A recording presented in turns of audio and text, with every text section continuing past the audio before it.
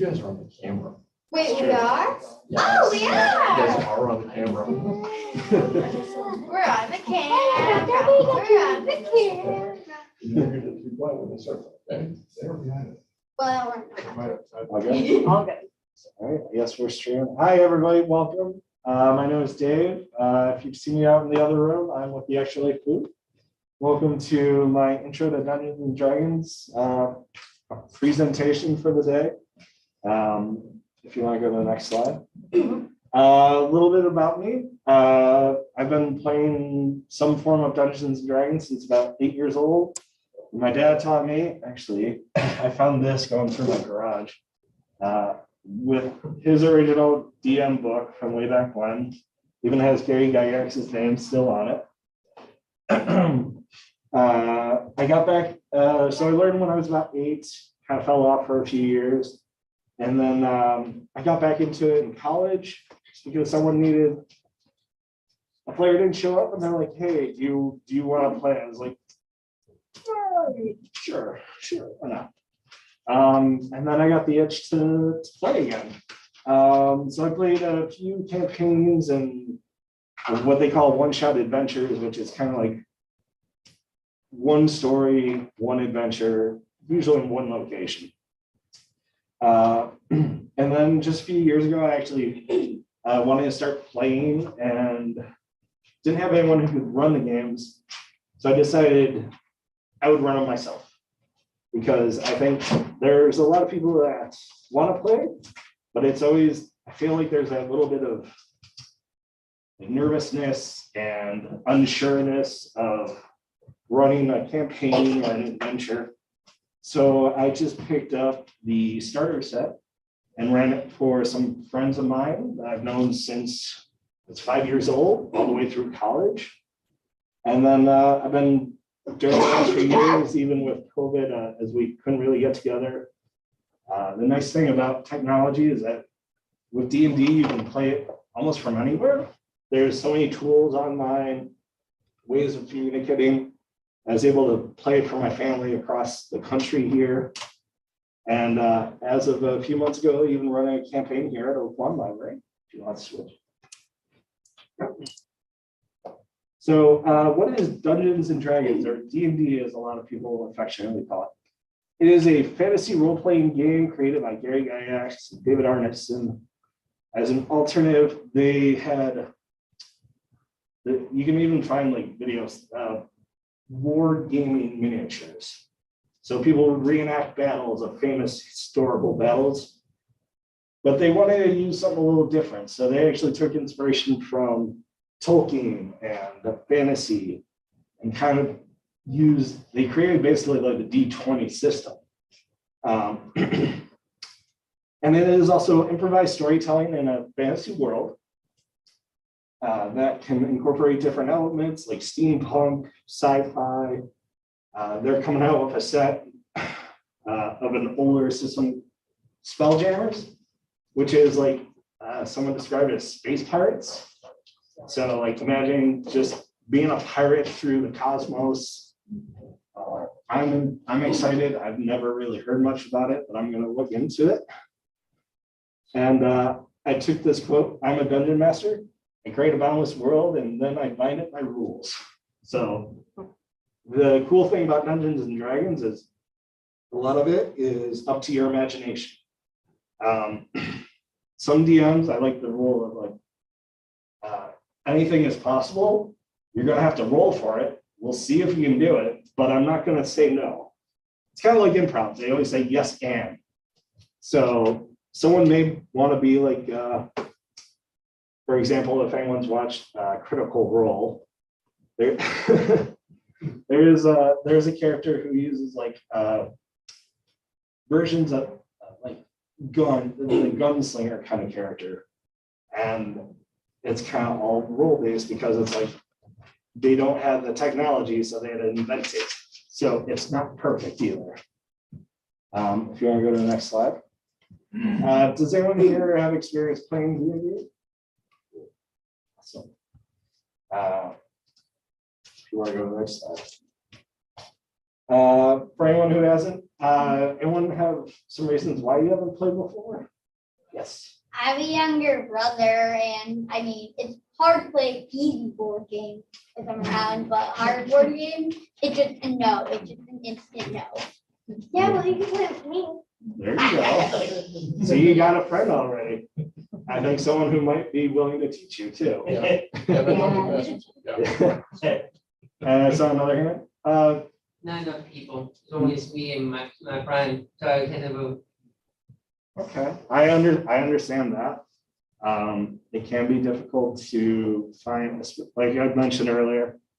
There's sometimes more people that want to play. It's harder finding someone who is willing to run it. I've been enjoying lately just running it for people who are either new to the game or maybe haven't been back to the game in a while, or just someone who needs someone to run a game. It's kind of been fun switching from being a player to someone actually running it. If you want to go to the next slide. The cool thing about D&D is there are things that you kind of need to play the game, but there are ways you can also make it a little bit more accessible.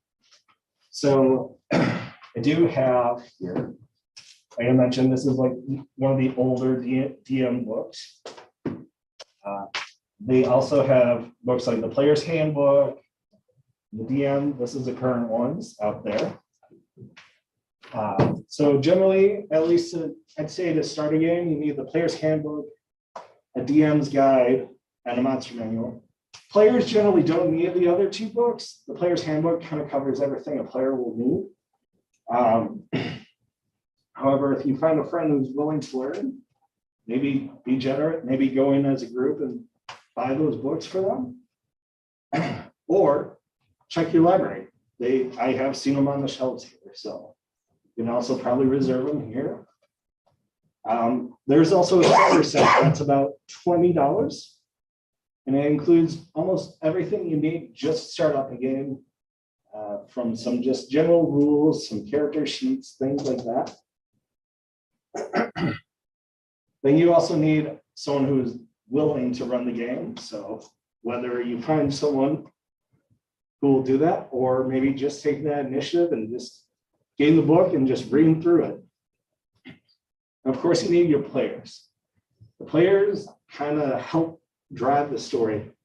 The DM kind of like crafts the world a little bit, maybe elaborates on things, but the players kind of drive where things will go.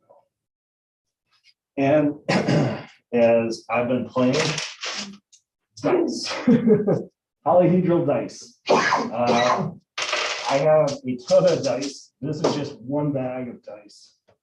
I always say once you start playing, you start collecting too. And then I always recommend, and what I'll do for when I start a game, wait to take notes, not only for the dungeon master to take notes, but for the players. As some people know, I will buy notebooks from the dollar store and some pencils or pens just to help, because that will help the DM if they forget things, or for the characters to remember things. Starting as a new DM, I highly, highly recommend the starter set. I ran it for my friends. It has just almost step-by-step of like, read through, here is like the setting for this adventure. Here are the rooms they're gonna have to go through. Here's the encounters it's almost everything. I think it even includes like a set of dice. As I mentioned before, character sheets, so players don't even have to worry about having to create characters if they don't want to go through reading all that. But there are also adventures available through resources like sites like the DM's Guild or Drive Through RPG. There are settings like Playing in Neverland and Captain Hook and Peter Pan exist, or certain comic book characters. I think I saw someone's creating a version of Doctor Who in Dungeons and Dragons, so you can play through the Doctor Who universe. There are also supplemental books like The Curse of Strahd, Waterdeep Dragon Heist, and others that contain adventures, campaign settings, and things like that. This is one I've been enjoying. This is a Ghost of Saltmarsh, which is kind of like a seafaring pirate adventures. It even has rules on running a ship. So if you want to become a band of pirates on the open seas, you can.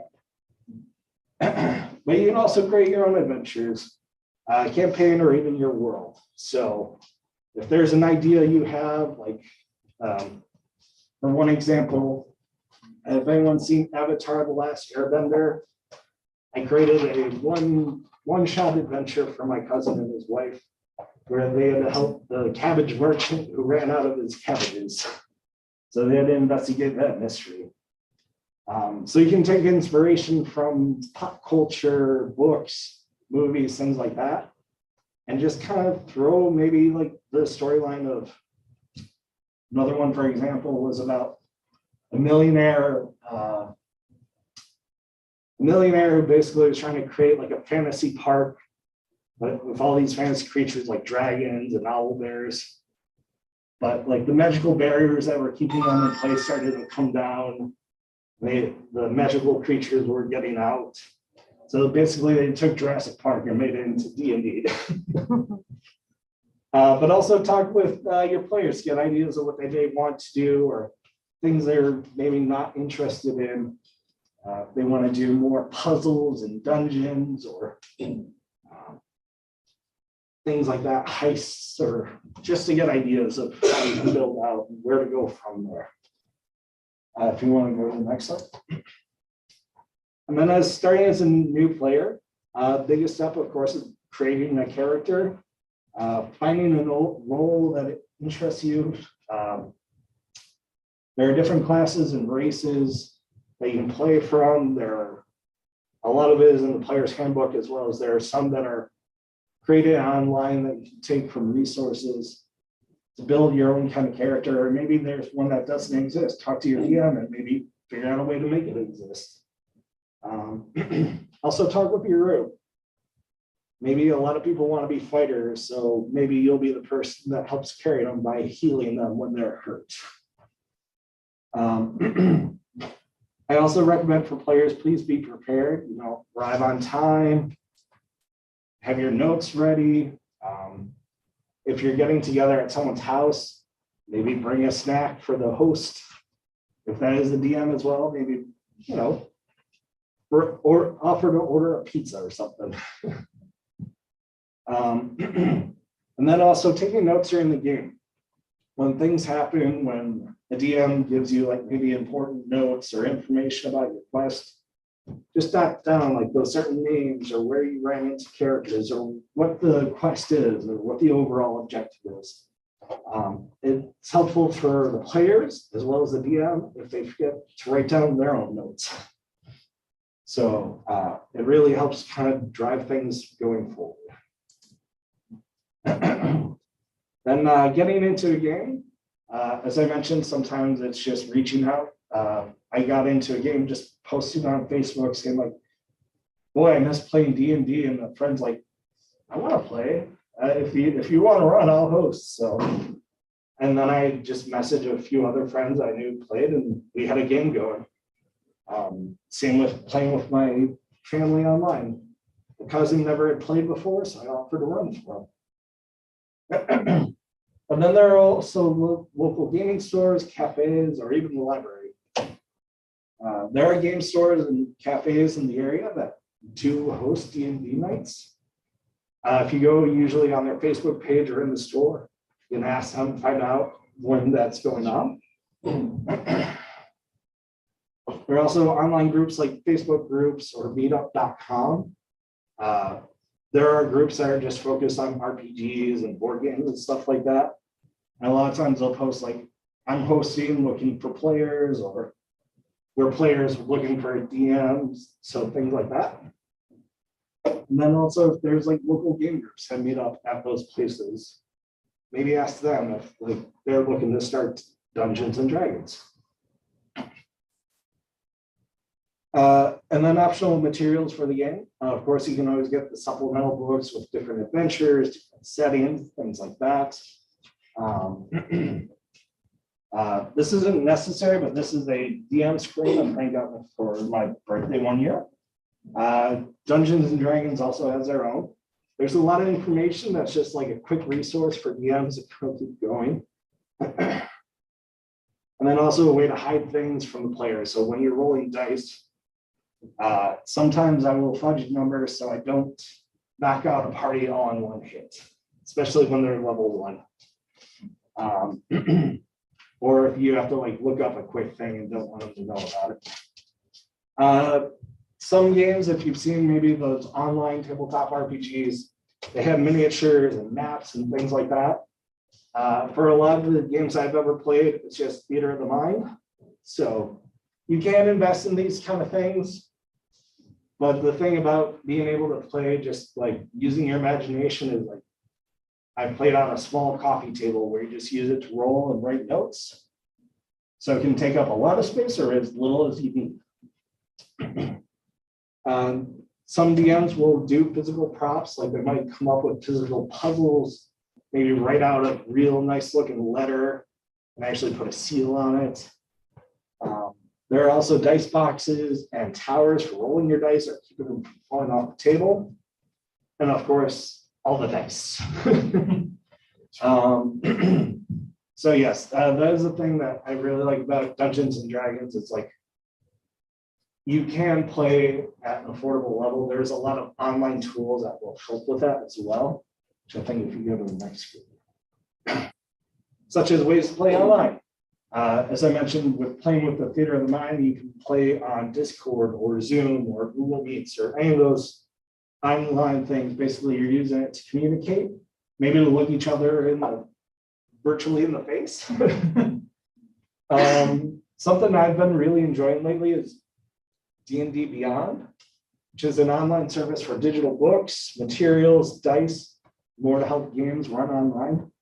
The nice thing about it is if you create a character on D&D Beyond, a lot of times if you just click on like what you want to do, it'll roll the dice for you and tell you exactly what the roll is. So it takes a lot of the hard math out of the game. And the other part that's nice is you can share it with your campaign. So your characters can also look at the other sheets, the DM can see it, and you can also share books. So if one person owns a book in a campaign, they can share with everyone. So it also reduces the cost of entry as well. There's also services like Roll20, Tabletop Simulator, and Fantasy Grounds if you want to use maps and things like that.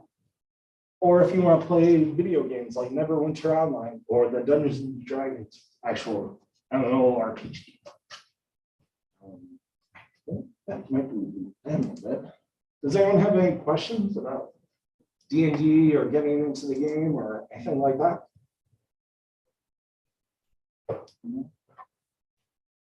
Is anyone looking forward to trying out D&D soon? Yeah.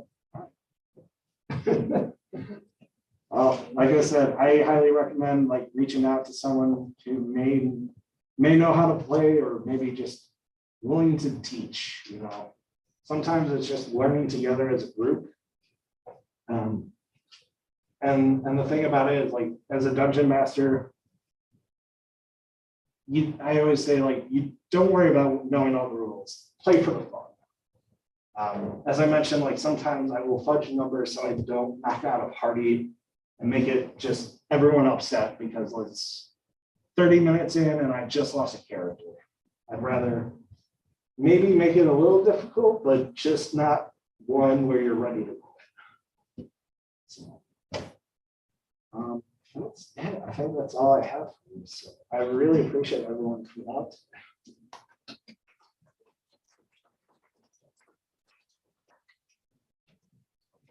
Questions?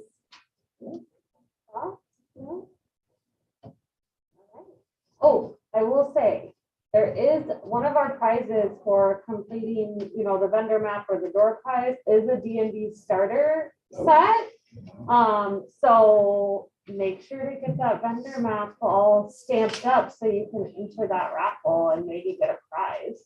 If you're interested in a starter set. That's a pretty great start. That was a great prize. Right? Yeah. I thought so too. I was in charge of the prizes. So.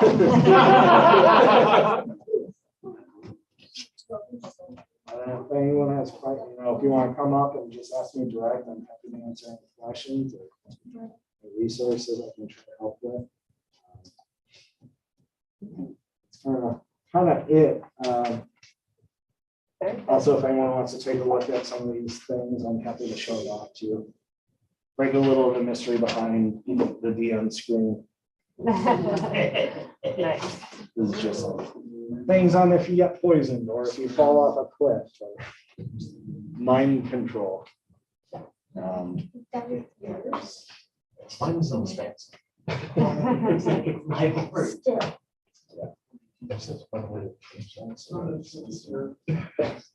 nice thing is like I once took I had an old D&D DM screen and I just basically copied the 5th edition rules and taped it to the front of it. So basically I made my own. This I think was like maybe $30 on Amazon. So a little bit different than the official one. And the library does have a lot of the books too, like you were saying. So if you're kind of curious, but not ready to commit yet, and spend money on it, Yeah. check them out so you can kind of take a look at things and see what you think. Yeah, D&D Beyond also has a sale, like I'll usually buy new books on sale or I think on December 26th and 27th, all hardcover books at Barnes and Noble are half off. So I got 2 Dungeons and Dragons books for the price of 1. Nice. There are ways to keep costs down. I think that is sometimes a barrier. These books, if hardcover, I think it's around $50 a book. But if you shop around, you might even be able to find them used at like used bookstores or the library. You can just check them out and reserve them too. And that's starter set. I cannot just say how much I appreciate just having that for my first time DMing. It took a lot of the nerves out just because of everything they kind of break down for you. So yeah, I recommend getting all those tables and going upstairs. For sure.